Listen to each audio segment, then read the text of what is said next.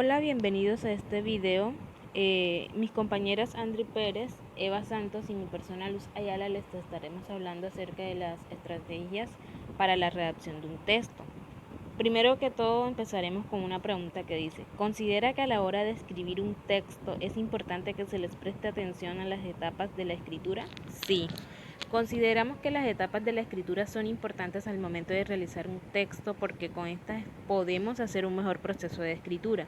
En la etapa de planificación es importante la preparación del tema sobre el que se escribirá, qué información sabemos, a quién va dirigido el texto y hacer una adecuada búsqueda de información. Mi nombre es Andri Karina Pérez Basilio, estudiante de Psicología de quinto semestre, y en la tarde de hoy le hablaré un poco sobre la segunda etapa de la escritura.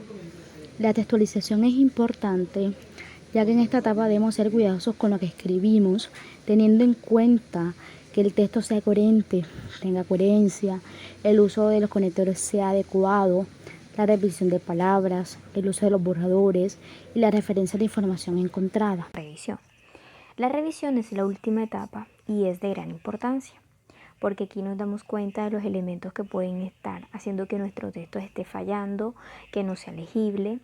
Aquí es donde podemos tratar de buscar elementos que ayuden a que nuestro texto esté correctamente escrito, que finalmente pues sea un texto que cuente con todas las reglas, que sea un texto entendible, que sea un texto disfrutado y que sirva para transmitir de manera eficaz lo que queramos y el tema que estemos hablando.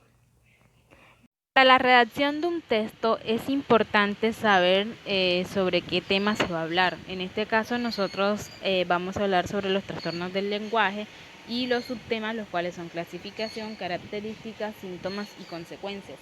Segundo, es importante la búsqueda de información, lo que sabemos del tema, lo que nos gustaría saber y lo que aprendimos luego de leer. Lo que sabemos del tema es que los trastornos del lenguaje son alteraciones en el desarrollo de la comunicación oral y escrita a nivel psicológico y o cerebral.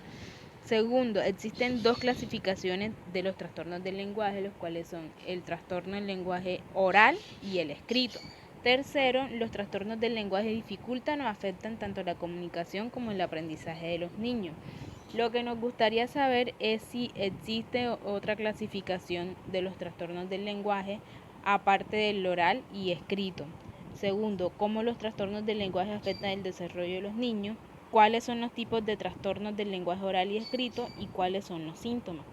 Lo que hemos aprendido luego de leer es que el lenguaje es el resultado de una actividad psíquica que se expresa por medio de un conjunto de sonidos articulados, signos gráficos y gestos que son importantes en la vida para la relación con los demás. Segundo, aparte de los trastornos del lenguaje oral y escrito, hay otra clasificación que son los trastornos del lenguaje mímico. Otra cosa importante que encontramos durante la lectura y después de la lectura es que las características de los trastornos del lenguaje se encuentra que los trastornos del lenguaje son producidos por causa orgánica, es decir, durante el embarazo, durante el parto y después del parto. Por lo tanto, hemos aprendido que los trastornos del lenguaje oral no solo se dan por causa psicológica. Otro sería que en los síntomas de los trastornos del lenguaje se presenta el niño que no habla, que viene siendo el tartamudeo. El niño dice oraciones cortas e incompletas. El niño no pronuncia algunas sílabas o letras.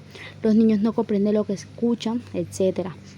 Y por último, otra cosa importante que aprendimos durante la lectura es que entre las consecuencias que puede ocasionar los trastornos del lenguaje está que el niño tenga dificultades en el aprendizaje y en su desarrollo, que las personas no puedan expresar sus sentimientos, pensamientos e ideas de manera oral o escrita.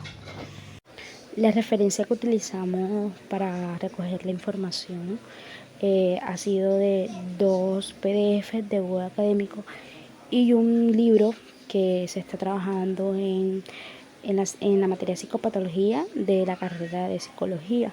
Estos fueron los 3 documentos que nosotros tomamos como referencia para hacer nuestro trabajo.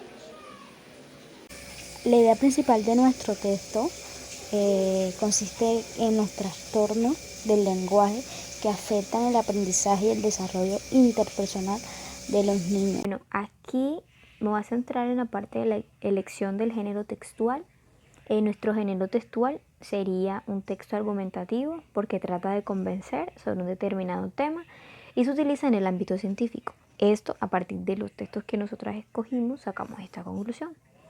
En el título escribimos el lenguaje en el aprendizaje de los niños. Ese fue el título que escogimos para el texto. En las oraciones de apoyo escogimos 3, que son la influencia cultural y de los padres es importante en el desarrollo del lenguaje de los niños. Los padres son las personas que deben estimular al niño su aprendizaje. Por último, cuando existen problemas del lenguaje en los niños, se debe implementar estrategias didácticas e interesantes para ellos, que les pueda facilitar la comunicación oral y escrita en sus relaciones en el entorno. Esto porque nos resultó relevante el texto y del tema y que puede servir y ayudar demasiado a partir de lo que leímos. Bueno, muchas gracias. Eso fue todo.